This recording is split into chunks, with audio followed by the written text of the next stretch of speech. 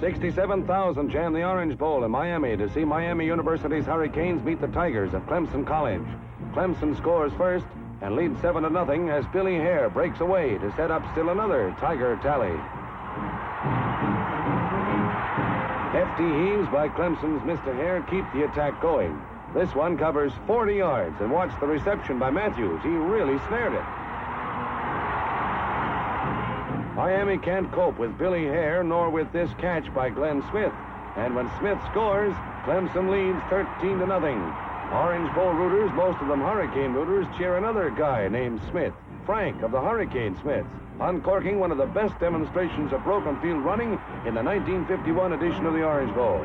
45 yards all told. And that's not the end of Mr. Smith, Frank. You'll hear more about him anon. On a pinch-out, Harry Malios goes the distance. And as the fourth and final quarter begins, Miami is out front 14-13. A Clemson punt is taken on the 20 by Malios.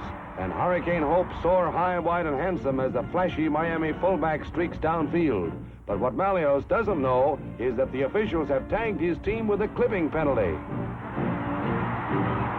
All the running and blocking in the big 7-point lead are nullified in one fell swoop. And the stage is set for a dramatic turn of events a few plays later. Played by two fellas named Smith.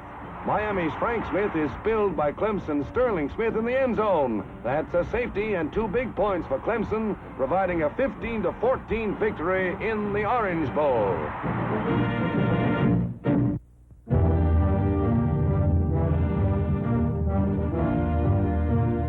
Following General Walker's death, General Matthew Ridgway is greeted by South Korean officers as he arrives at the front to assume command of United Nations field forces. With hundreds of thousands of Chinese and North Korean Reds pouring down from the hills, the capital city of Seoul was evacuated. Outnumbered by overwhelming waves of communists, the troops sought new positions in an effort to halt the red tide. As they withdrew, warships and transports stood by at Incheon for evacuation. Seoul was left in ruins. Even civilian refugees helped to fire the abandoned towns so that no possible advantage remained to aid the communist invaders. Masses of South Koreans sought safety behind UN lines. These pictures of Russian jet planes are from newsreels captured in Korea. These are the latest Soviet fighter planes, including MiGs and Yaks, which have helped spur the drive of the Reds.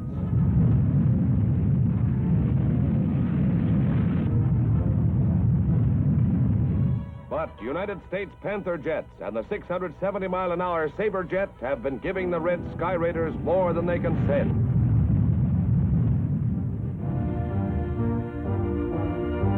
This Russian specimen really takes it on the chin in a dogfight with a United States jet near Manchuria.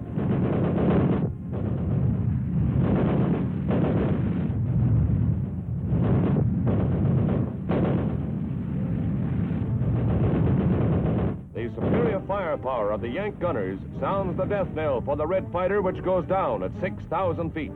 The invader still faces a hard-hitting opponent.